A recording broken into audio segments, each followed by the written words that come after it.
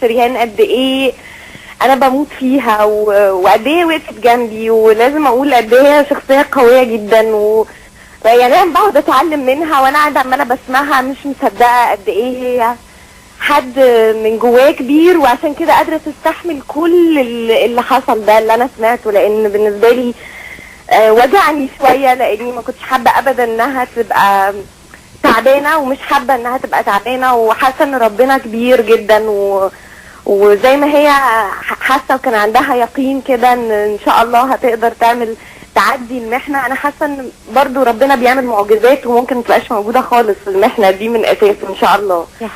ومش عايزه اقول لكم يا جماعه شريهان جنبي قد ايه وقت موضوع ظهري، وكانت بتكلمني ازاي وبتقولي اعمل ايه. انا مره عملت حادثه كده عبيطه جدا في ظهري، بس انا ما كنتش اعرف شريهان، يعني بيحصل لي ستار شوك اصلا لما اقول اسم شريهان، لان يعني انا مثل اعلى بجد، ما حدش فينا ما بيشوفش شريهان الا ويبقى مبسوط، وبالنسبه لنا شريهان هي بهجه يعني كبيره لينا كلنا، يعني الجنه كله بجد حقيقي يعني.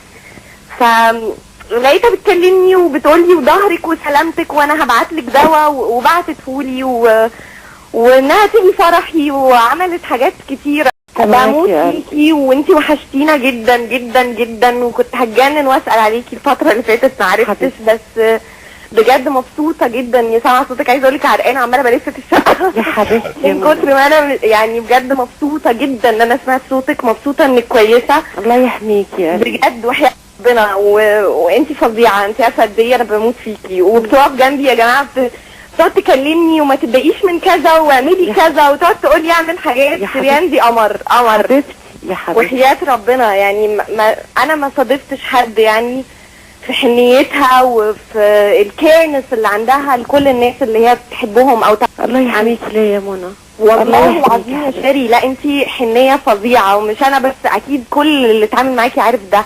يعني انتي عندك حنية فظيعة مع ان انتي بيبي اصلا وصغننه قد كده، بس جواكي حنية جواكي الناس اللي حواليكي بطريقة مش عادية حقيقي يعني.